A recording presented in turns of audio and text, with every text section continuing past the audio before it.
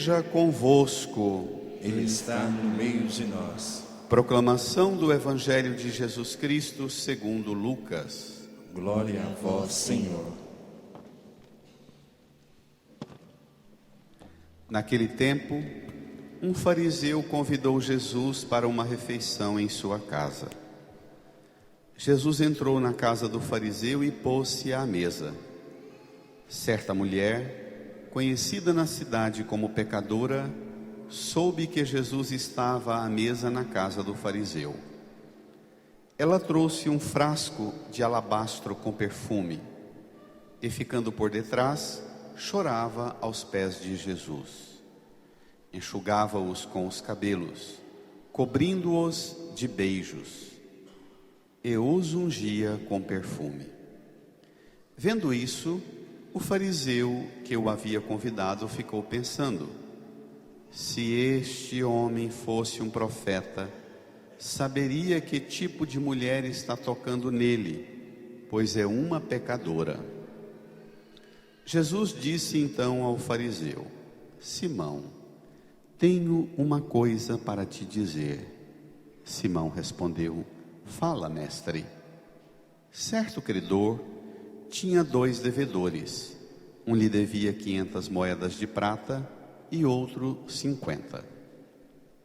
Como não tivessem com que pagar, o homem perdoou os 2. Qual deles o amará mais? Simão respondeu: acho que é aquele ao qual perdoou mais. Jesus lhe disse: tu julgaste corretamente. Então Jesus virou-se para a mulher e disse a Simão: estás vendo esta mulher? Quando entrei em tua casa, tu não me ofereceste água para lavar os pés. Ela, porém, banhou meus pés com lágrimas e enxugou-os com os cabelos. Tu não me deste o beijo de saudação. Ela, porém, desde que entrei, não parou de beijar meus pés. Tu não derramaste óleo na minha cabeça. Ela, porém, ungiu meus pés com perfume. Por esta razão eu te declaro: os muitos pecados que ela cometeu estão perdoados, porque ela mostrou muito amor. Aquele a quem se perdoa pouco, mostra pouco amor. E Jesus disse à mulher: teus pecados estão perdoados. Então os convidados começaram a pensar: quem é este que até perdoa pecados? Mas Jesus disse à mulher: tua fé te salvou, vai em paz. Palavra da salvação. Glória a vós, Senhor. Aleluia, aleluia, aleluia. Aleluia, aleluia, aleluia. Nos recolhamos num tempo de silêncio. Também as crianças. No silêncio rezemos, pedindo ao Espírito Santo que venha nos ajudar a compreender tudo o que essa palavra hoje revela para nós. Amém. Queridas irmãs, queridos irmãos, estamos fazendo um caminho com Jesus através do Evangelho de Lucas. Domingo atrasado, ele foi chamado piedosamente por um oficial romano para curar o empregado que estava à beira da morte. Domingo passado, ele entrou numa procissão que ia para o cemitério enterrar o filho único de uma viúva e o ressuscitou. Hoje nós continuamos esse caminho com Jesus. Somos chamados a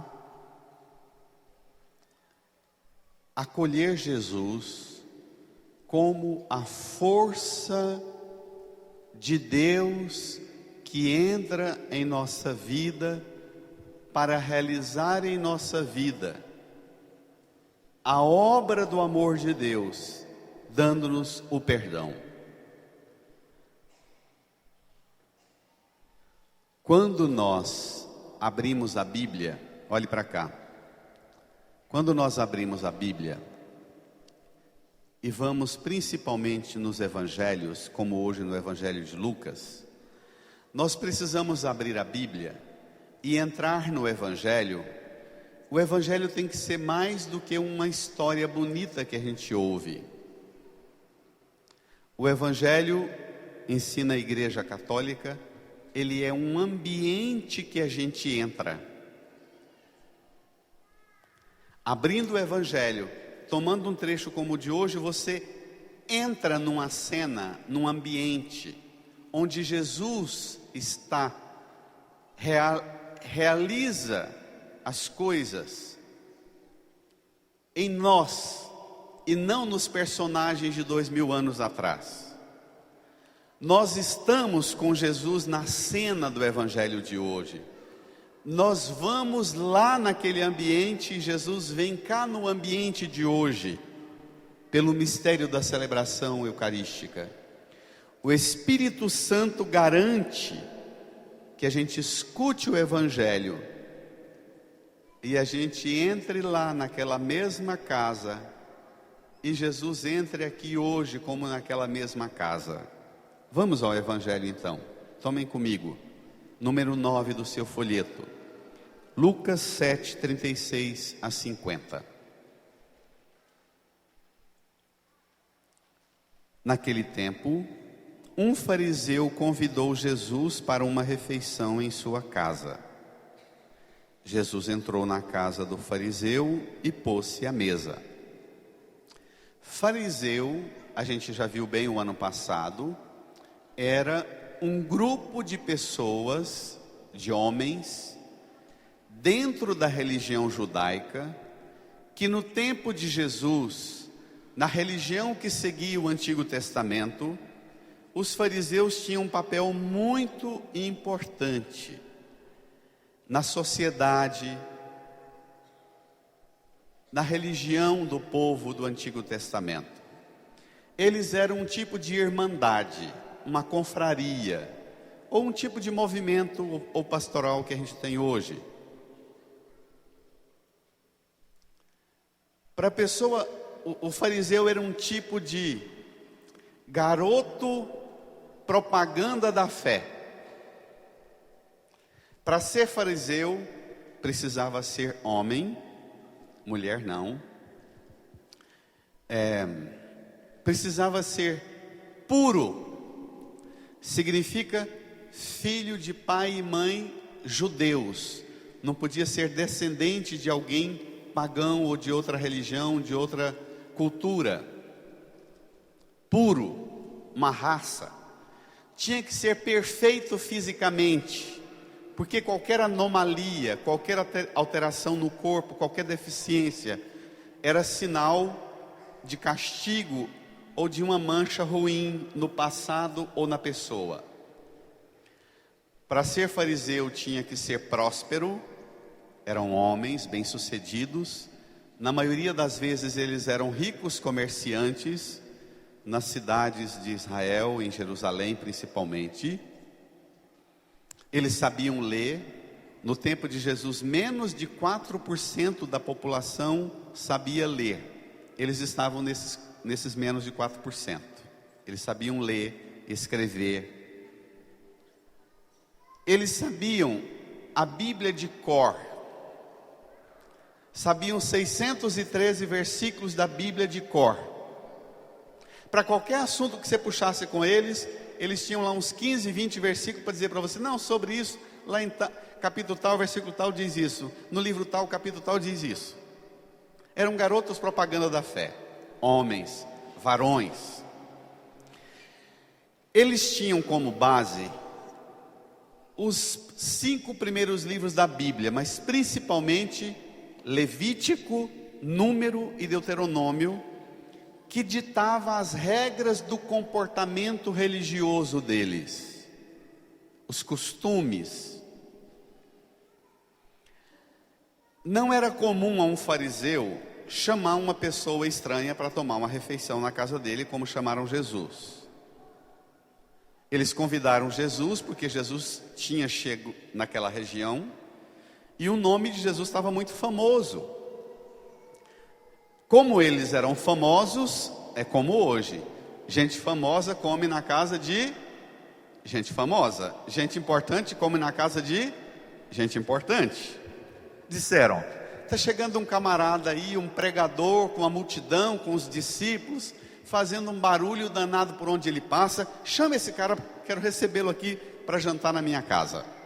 É assim, não sabendo ele do que aconteceria. Vamos ver? Versículo 37.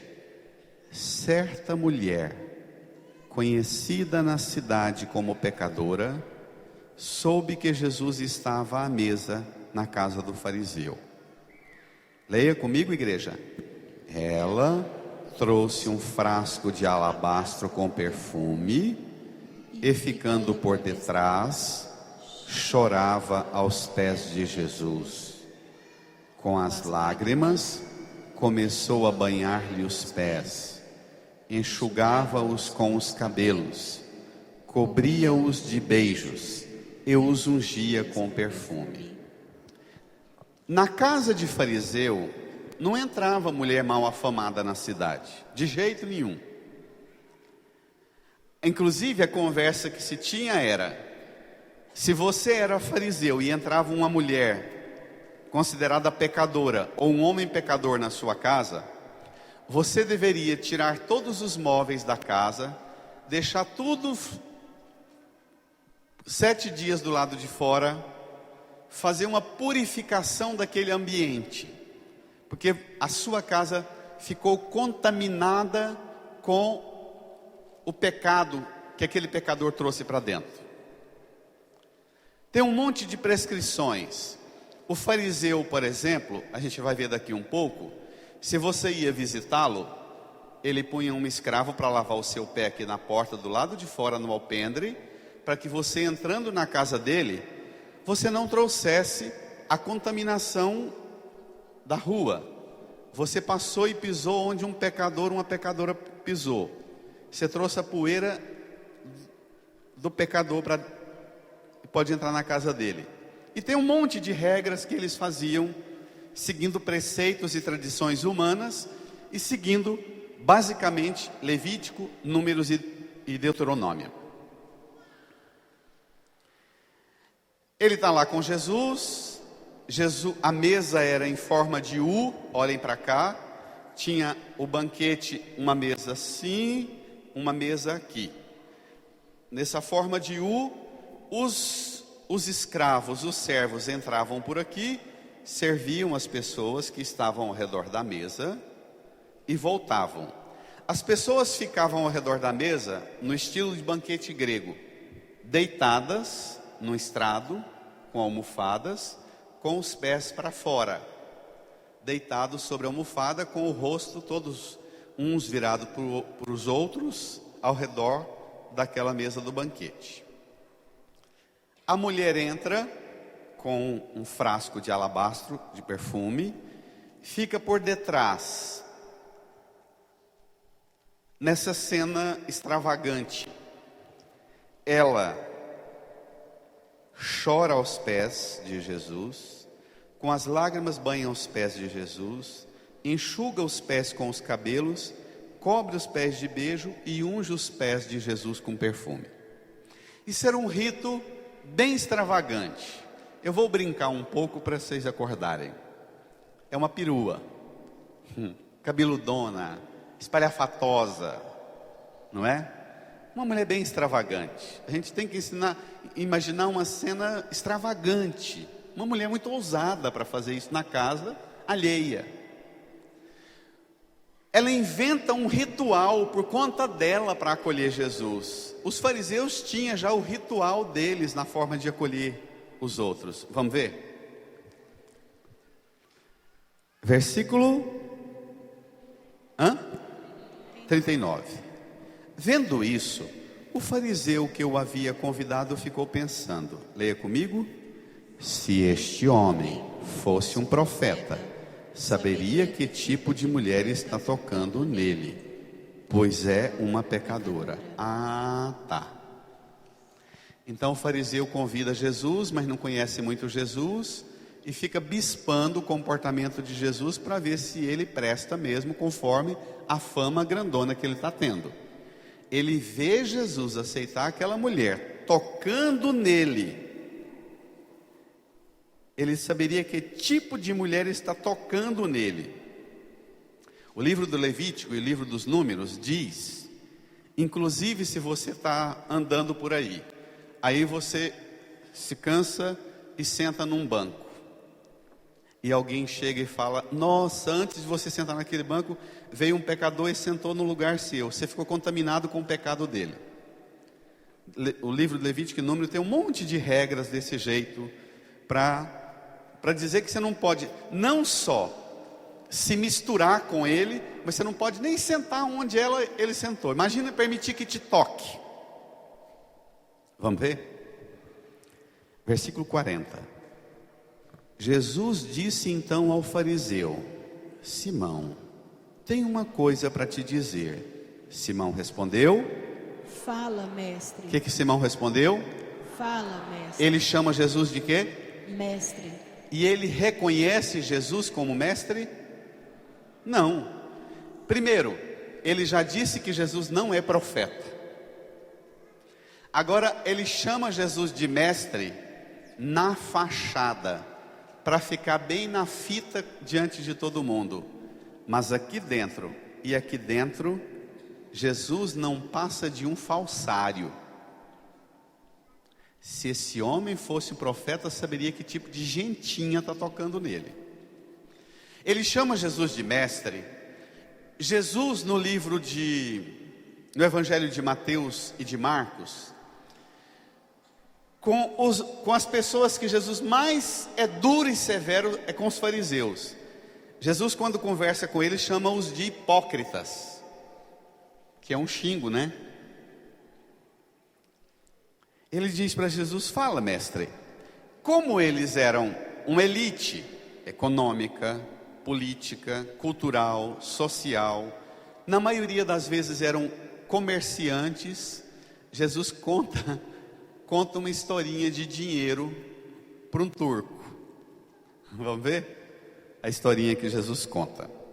Certo credor tinha 2 devedores.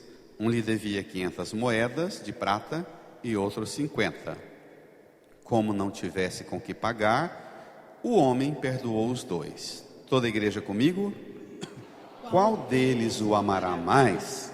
Simão respondeu: Acho que é aquele ao qual perdoou mais. Jesus lhe disse: Tu julgaste corretamente. Tá bom. Até aqui parece que está tranquila a conversa, mas vai ficar tenso agora. Vamos ver? Camarada, você que entende tanto de negócio, você que é tão ambicioso nos seus negócios, no seu dinheiro, tem alguém que te deve 500 moedas de prata, outro te deve 50, você perdoa os 2. Quem que mais vai ficar agradecido e devendo favor a você? Claro que é aquele que devia mais. Jesus falou: você julgou corretamente. Versículo 44, tomem. Então Jesus virou-se para a mulher e disse a Simão: está vendo esta mulher? Quando entrei em tua casa, tu não me ofereceste água para lavar os pés. Ela, porém, banhou meus pés com lágrimas, enxugou-os com os cabelos. Tu não me deste o beijo de saudação. Ela, porém, desde que entrei, não parou de beijar meus pés. Tu não derramaste óleo na minha cabeça. Ela, porém, ungiu meus pés com perfume. Por esta razão eu te declaro: os muitos pecados que ela cometeu estão perdoados. porque ela mostrou Muito amor. aquele a quem se perdoa pouco. Mostra pouco amor. Jesus reconhece na frente de todo mundo que aquela mulher cometeu muitos pecados.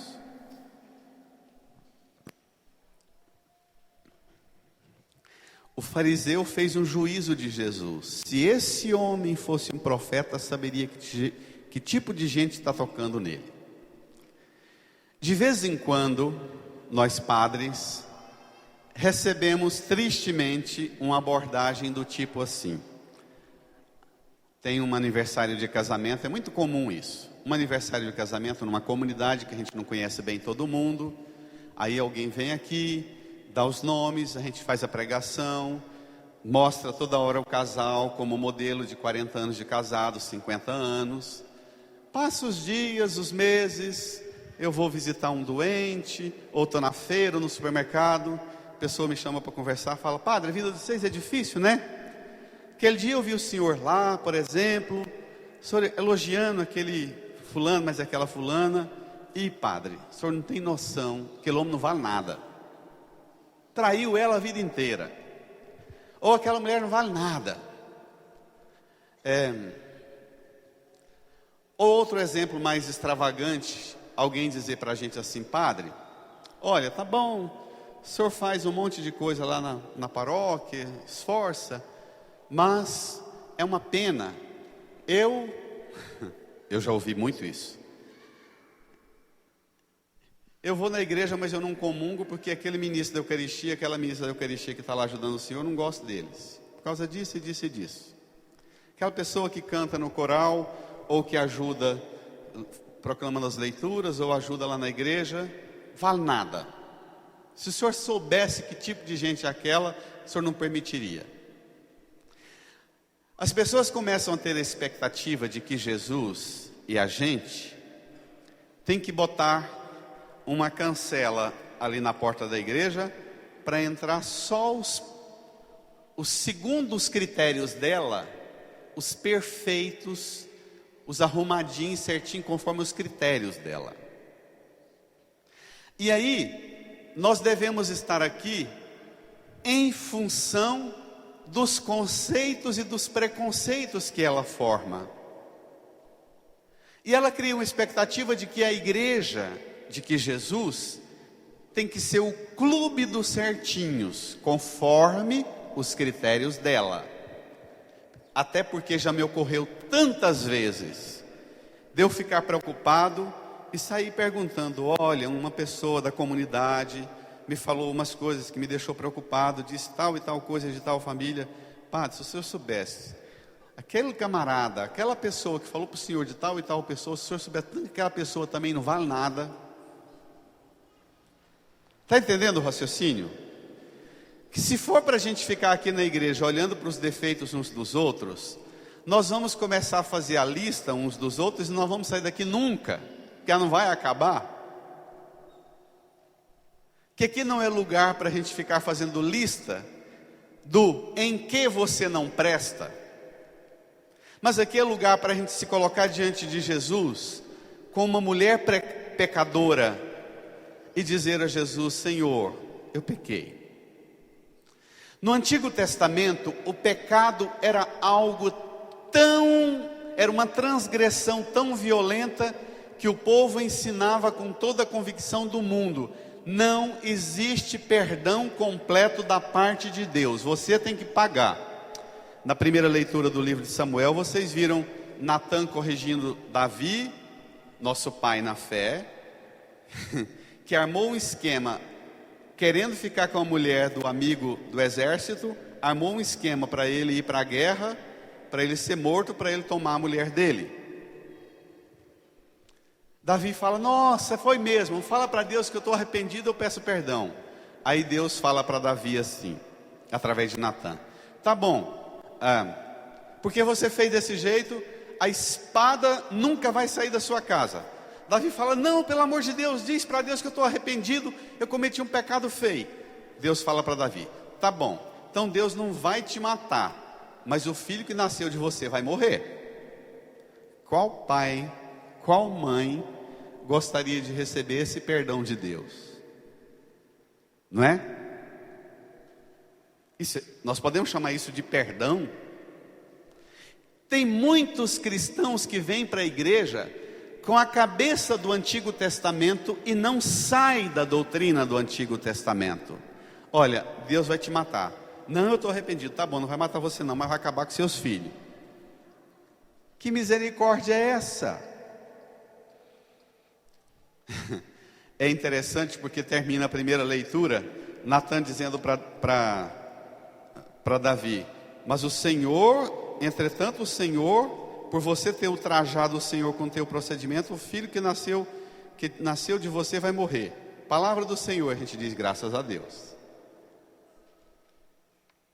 Nós não podemos ficar no Antigo Testamento, nós temos que ir para o Novo Testamento, nós temos que ir para o Evangelho, e no Evangelho encontrar Jesus, a novidade. Uma coisa que os fariseus não suportavam, os fariseus daquele tempo e os fariseus do tempo de hoje não suportam, é que Deus perdoe certas pessoas que a gente acha que não merecia ser perdoado. Todos nós temos a nossa listinha, duvido. Todos nós temos a listinha. Não, Deus é amor, pá, Deus é misericórdia, Deus é perdão. Mas é aquele tipo de gente assim, assim, assim, assim. Todos nós temos a nossa listinha daqueles absurdos que nós achamos. Esse tipo de gente aqui, assim, Deus pode até perdoar ele, mas tem que mandar pelo menos uma desgraça na vida dele, um câncer para ele, ou matar o filho dele. Com a influência que nós temos dos meios de comunicação, a mentalidade cristã que nós temos é essa. Não, tá bom, não precisa matar esquartejando não, mas mata. Não é assim que a sociedade ensina?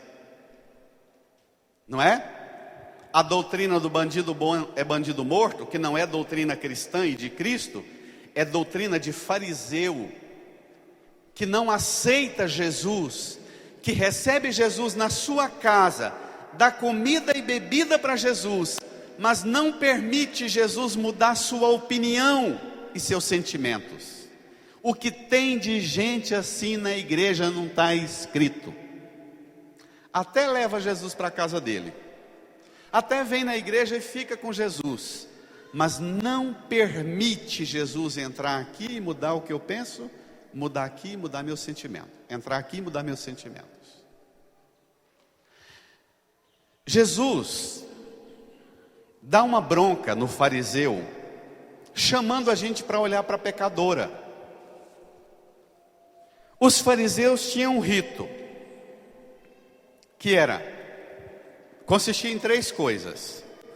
O Antigo Testamento tem um rito de unção para 3 tipos de categoria.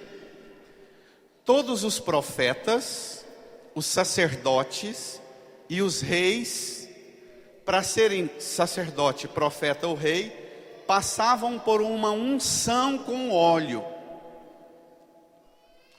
Então, como Jesus tinha fama de profeta e foi cair na casa dele, e ele diz: Jesus não é um profeta, porque ele está deixando essa mulher tocar nele. Então, o fariseu deveria acolher Jesus com 3 ritos. O primeiro é lavar os pés. Depois, conduzia a pessoa para dentro da casa dela e recebia: seja bem-vindo, e dava um beijo. Depois, conduzia a pessoa para sentar no banquete e trazia o óleo e derramava, dizendo: eu te reconheço. A água, tanto para o Antigo Testamento, mas principalmente para nós do Novo Testamento, a água significa purificação. O beijo significa o afeto, o reconhecimento afetivo de que você é bem-vindo aqui. E o óleo representa: eu reconheço a sua autoridade. Presta atenção nisso. O fariseu não reconhece Jesus, recebe Jesus, mas diz: esse homem não é puro, esse homem não merece o meu afeto, não dá o beijo, esse homem não tem autoridade aqui dentro da minha casa. Tem muitos de nós que recebemos Jesus assim.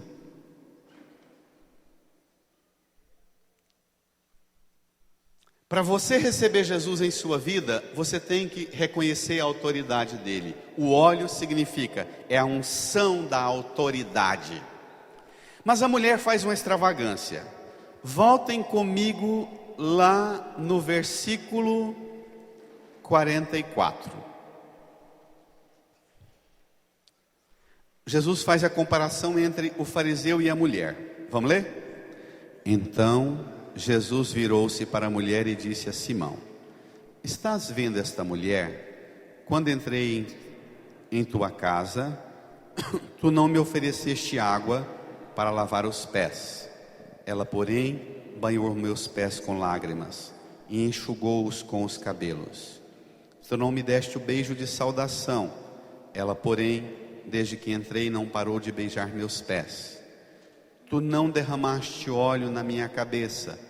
Ela, porém, ungiu meus pés com perfume. 6 símbolos. Repita comigo. A água representa a pureza. A lágrima representa o arrependimento. O beijo, a saliva do beijo representa a afetividade. O óleo representa a autoridade. O perfume representa o amor. Acolher no coração.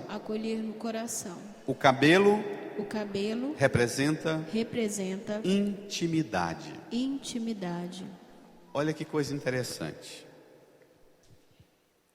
Se uma pessoa que você não conhece e você não tem afeto nenhum com ela te dá um beijo, você fica com nojo da baba dela na sua cara, não é? E vai lavar.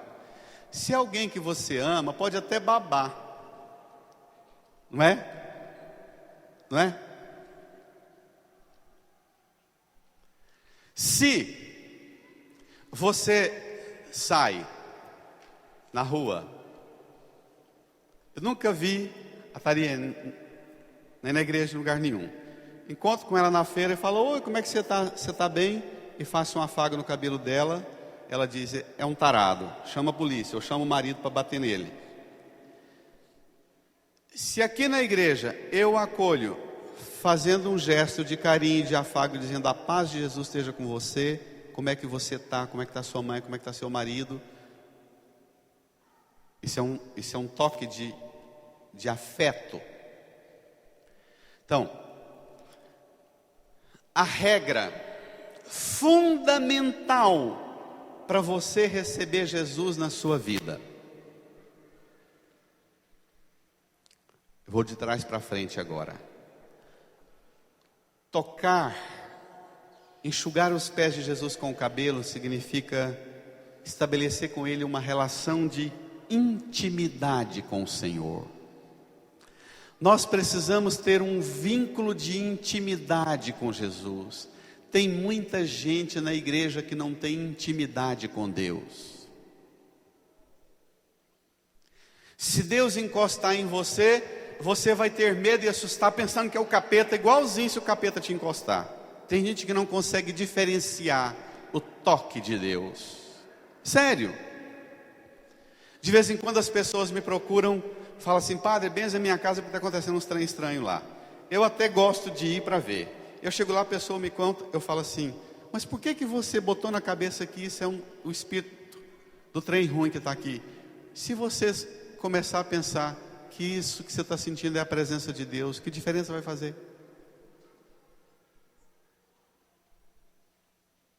Não é? Então, quando a gente não tem intimidade com Deus, você pode falar: eu vejo vulto. Você pode dizer: esse vulto que eu estou vendo é a presença dos anjos de Deus guardando a minha casa. Se você quiser fazer isso virar paranoia, vai virar paranoia para pior. Se você quiser fazer isso virar uma oração e uma consolação, vai virar uma consolação. Uma intimidade com o Senhor. Tem gente que não tem intimidade com Deus. A mulher que enxuga os pés de Jesus com o cabelo, ela buscava o Senhor, embora ela estivesse na vida do pecado, nos erros, em tudo quanto é coisa, a alma dela tinha anseio. Ela já tinha lascado a vida dela com tudo quanto é homem, mas quando ela tocou os pés de Jesus, opa, isso aqui é outro tipo de homem, que eu posso ter com ele outro tipo de relação, que aquela praga daqueles homens lá fora nunca tiveram comigo. Está entendendo, igreja? Então, o cabelo representa esse anseio que você deve cultivar em você de querer ter intimidade com Jesus, buscar essa intimidade, que Deus não seja um estranho na sua vida, uma ameaça para você. O perfume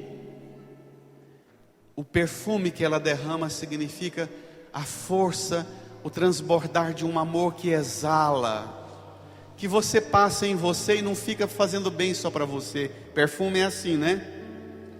É uma coisa que você passa e não fica fazendo bem só em você, faz bem para todo mundo. O óleo representa reconhecer a autoridade e dizer: Jesus, o que o homem não fez. Jesus, entra aqui na minha casa, põe a palavra e a autoridade do Senhor aqui na minha casa, na minha mesa. Senhor, determina como é que deve ser o comportamento nosso aqui nesse lar. Tem muita gente na igreja que não aceita Jesus entrar na vida dele e pôr a autoridade dele na casa dele.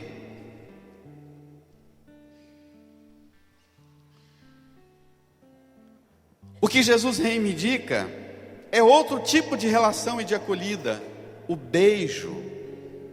Jesus quer ser amado e querido por nós com afeto, com afetividade.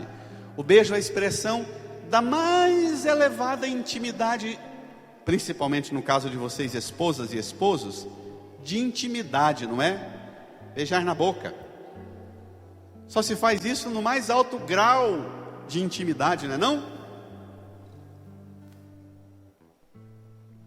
E aqui a mulher beija os pés, é mais intimidade. Imagina quem de nós vai baixar aqui e beijar o pé de alguém, se não tiver muita intimidade. Meu bem, eu beijo os seus pés. Só se diz isso um homem muito apaixonado, ou uma mulher muito apaixonada, não é não? A lágrima significa receber Jesus com arrependimento, reconhecendo as minhas fraquezas. Não é receber Jesus dizendo: o Senhor tem que corrigir ele, corrigir ela, corrigir meu filho, meu genro, minha nora, meu marido, minha mulher. Não, receber Jesus como uma mulher: Senhor, eu pequei. Agora vem a parte pesada. Pode pegar pesado? Pode? Muito? Se você sair da igreja hoje dizendo para Jesus: Jesus, eu quero que o Senhor vá lá para casa comigo, mas Jesus, eu quero que o Senhor transforme a mesa lá de casa. Eu não vou nem perguntar para eu não ficar com vergonha e não passar vergonha em ninguém. Qual família aqui tem o costume de ao menos uma vez por dia tomar juntos a refeição ao redor de uma mesa? Desligando o celular, desligando a televisão, desligando o rádio, desligando o computador. Qual família aqui tem coragem de dizer para os filhos, para a esposa, para o esposo: bem, meu anjinho, meu amor, é hora nossa, é hora da nossa intimidade. Uma família que não estabelece um pacto de aliança, de celebrar a Eucaristia juntos, mas depois levar essa graça daqui da mesa da Eucaristia para dentro de casa, e lá dentro da sua casa, o momento de tomar refeição juntos ser momento de purificar o coração, de pedir perdão, de arrepender, de dar perdão. De olhar um para o outro e dizer: ô meu bem, hoje de manhã você falou comigo, eu estava com pressa, nem te olhei direito, o que você queria falar comigo? Olha, desculpa porque eu fui grosso com você ontem, antes de dormir, eu estava cansado. A hora de sentar juntos. A refeição na nossa casa deveria ser a hora da reconciliação nossa, uns com os outros e com Deus. Hora de água para purificar, de lágrima de arrependimento, de beijo afetivo, dizendo: te amo.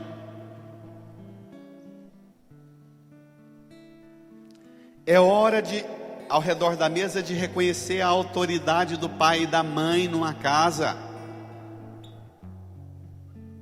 A autoridade que você tem sobre mim como esposa, a autoridade que eu tenho sobre você como esposo, a autoridade que eu tenho sobre você como pai e mãe, a autoridade que você tem sobre mim também como filho meu, como filha minha. Você também tem autoridade como filha e filho. A palavra melhor que a gente diz é alteridade. Alteridade é reconhecer a dignidade e a plenitude do que é cada ser humano diante de Deus e diante de mim. É mais do que autoridade. Não é pelo fato de ir lá em casa na hora da refeição ter beijo, ter arrependimento, ter afeto, ter afago no cabelo, ter perfume, que também não tem uma palavra firme de um pai, de uma mãe, de um marido, de uma mulher. Está entendendo, igreja? Está entendendo? Mas uma autoridade que nunca vai deixar de ter afeto. Um pai e uma mãe que olha nos olhos, que faz um afago, mas diz: é porque eu te amo, meu filho, que você não vai por esse caminho. Entendeu? Quando nós participamos da Eucaristia, do banquete da Eucaristia, nós temos que transformar cada refeição na nossa casa em um banquete de relação de nós uns com os outros, da nossa família, com Jesus que entra lá dentro. Mas espera, Jesus tem que entrar dentro da nossa casa, e a gente tem que dizer para Ele: Senhor tem autoridade, corrige a mim como marido, como pai, como esposo, como mãe, como esposa, corrige-me. Em que eu preciso melhorar, Senhor? Fala para mim hoje, agora. E às vezes o Senhor fala para a gente através dos lábios de uma criança. Vocês que são pais, vocês já foram surpreendidos muitas vezes, que você pensa que sua criancinha não está pegando nada, entendendo nada, de repente eles falam uma palavra que você pensa: vixe Maria, se essa criança minha está falando isso para mim, eu estou lascado, porque se ela percebe essa amargura em mim, essa criança é ótima para perceber as contradições de nós mais velhos, né? Elas percebem, elas ligam uma coisa com a outra assim, sem a gente nem notar. Vocês que são pais e mães sabem do que é que eu estou falando. Mas presta atenção numa coisa. Pegue aí na mesma página do Evangelho a segunda leitura, o versículo 19 da segunda leitura da carta aos Gálatas.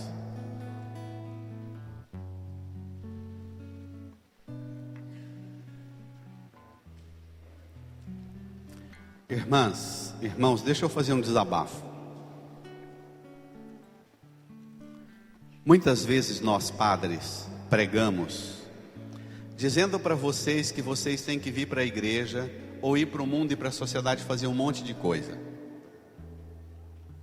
E nós esquecemos de ajudar vocês, sobretudo esposas e esposos, a dentro da sua casa viver sua missão de esposa e esposo, de pai e mãe, como o ato mais revolucionário do mundo, que é transformar seu lar, a sua casa, num lugar onde a autoridade de Jesus é acolhida, é implantada. Olha esse texto, versículo 19. Paulo fazendo uma crítica aos Gálatas, que eram mais apegados aos costumes e às tradições dos fariseus, diz assim: aliás, foi em virtude da lei, com L maiúsculo, hein? Paulo era fariseu, leia comigo. Aliás, foi em virtude da lei que eu morri para a lei, a fim de viver para Deus. Com Cristo eu fui pregado na cruz. Estenda sua mão aqui para a cruz. Repita comigo: com Cristo eu fui pregado na cruz. Senhor Jesus, me ajude a entender isso. Abra minha mente, meu coração, para que eu compreenda o que significa isso. Contigo eu fui pregado na cruz. Volta ao texto, pegue comigo. Eu vivo, versículo 20. Eu vivo, mas não eu, é Cristo que vive em mim. Irmãs, irmãos, você já pode, com toda a segurança do mundo, com toda a autoridade da fé, dizer: eu vivo, mas não eu, é Cristo que vive em mim. Tudo que eu falo, tudo que eu penso, tudo que eu realizo, tudo que eu sinto, é Cristo reinando? Ou nós precisamos dizer: Jesus, me ajude a melhorar? Nós já temos autoridade para dizer, como Paulo, é Cristo que vive em mim? Ou precisamos melhorar muito?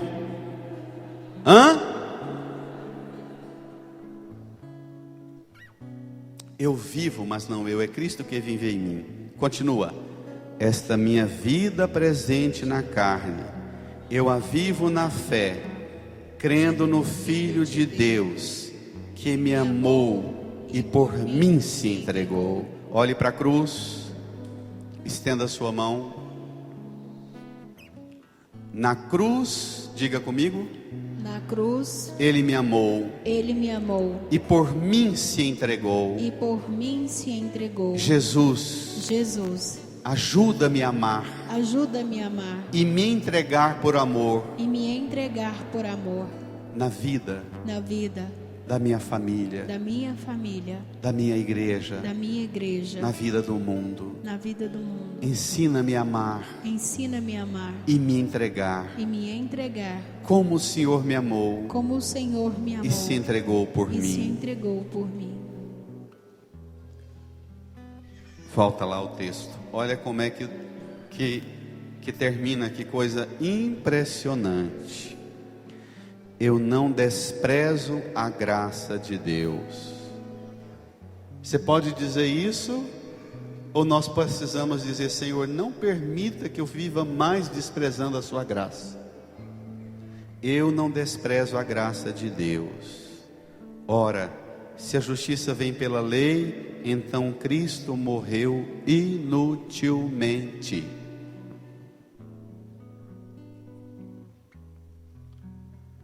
Se você acha que o que torna você justa e justo diante de Deus é um monte de regra que você cumpre, e não amor que você derrama, perfume que você derrama, afeto que você derrama, beijo que você derrama, lágrima que você derrama, Cristo morreu inutilmente para você.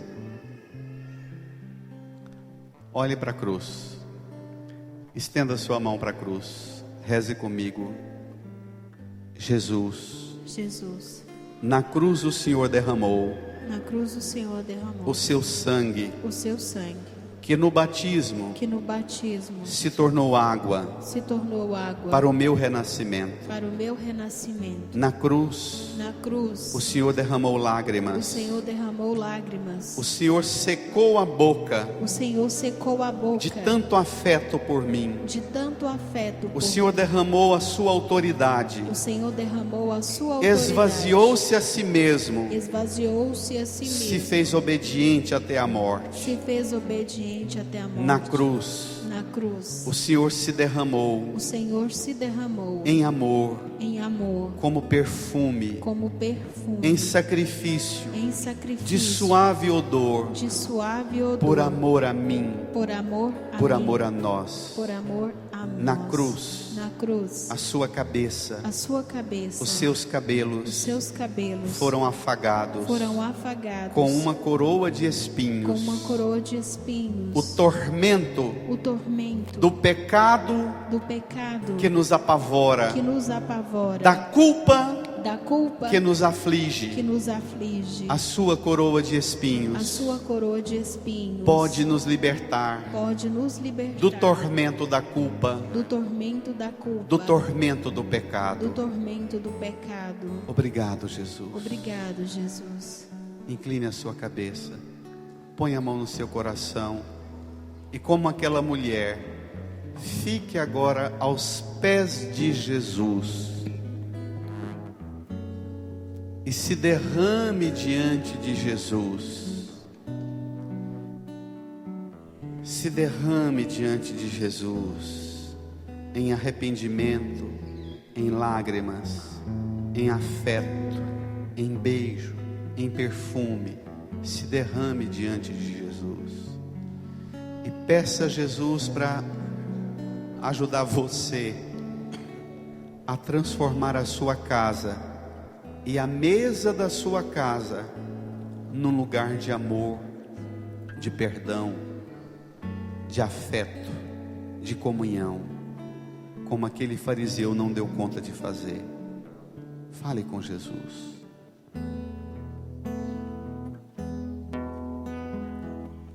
Tenho esperado este momento,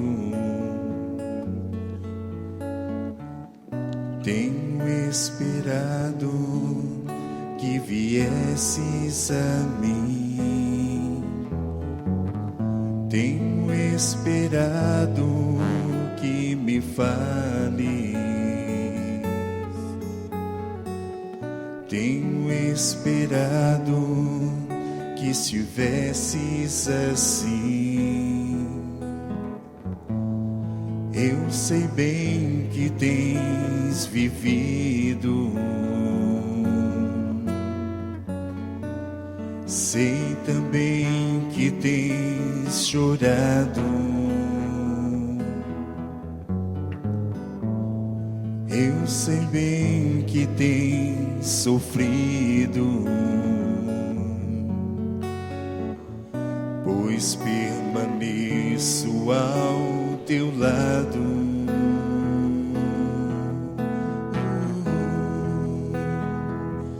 Ninguém te ama como eu, ninguém te ama como eu. Olhe pra cruz, esta é a minha grande prova. Ninguém te ama como eu, ninguém te ama como eu, ninguém te ama como eu. Olhe pra cruz, foi por ti, porque eu te amo. Ninguém te ama.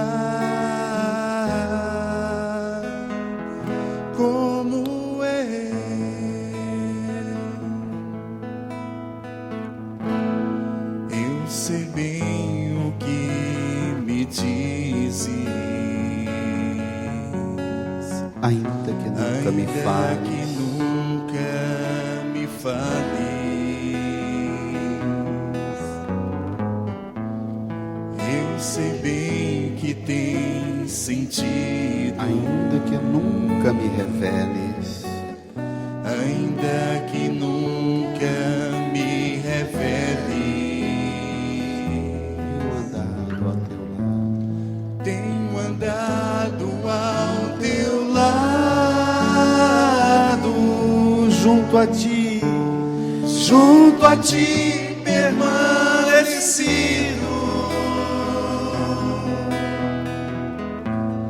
Eu te levo em meus braços, pois sou teu melhor amigo. vamos cantar? Ninguém Te ama como eu. Ninguém te ama como eu. Olhe pra cruz, foi por ti, porque eu te amo. Ninguém te ama como eu. Ninguém te ama como eu. fiquemos de pé. Ninguém te ama como eu. Olhe para a cruz, foi por ti, Olhe pra cruz, foi por ti, porque eu te amo. Ninguém te ama como eu. estenda suas mãos aqui para a cruz. Diga comigo, Senhor Jesus. Senhor Jesus, No altar da cruz, no altar da o cruz, Senhor entregou sua vida. o Senhor entregou sua vida. O Senhor me amou, O Senhor me amou, se entregou por mim. se entregou por mim. No altar da cruz, No altar da cruz, o Senhor me chama o Senhor me chama a oferecer minha a vida oferecer minha vida em sacrifício, em sacrifício, em derramamento, em derramamento, em entrega total em entrega total de perdão, de perdão, de amor, de amor, porque o Senhor ensina porque o Senhor ensina que o perdão que o perdão é fruto do amor. é fruto do amor. Por isso, Jesus, Por isso, Jesus, eu não te peço hoje, eu não te peço me hoje, ensine a perdoar, me ensine a perdoar, mas eu te peço, mas eu te me peço, ensine a amar, me ensine a amar, porque só o amor ensina a perdoar. porque só o amor ensina Ensina-me a a perdoar. amar Ensina-me a amar como o Senhor me amou. como o Senhor me amou. Ensina-me a dar a vida Ensina-me a dar a como vida o Senhor deu sua vida por mim. como o Senhor deu a sua vida por mim. Segure a sua mão erguida para a cruz e apresente a Jesus aquelas pessoas que você tem muita dificuldade de perdoar, porque você tem muita dificuldade de amar. Apresente a Jesus aquelas pessoas que você não consegue apresentar a elas a graça do perdão. Peça a Jesus para pôr no seu coração o amor dele.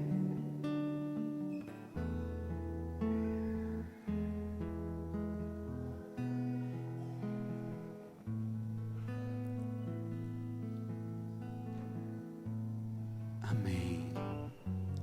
Amém.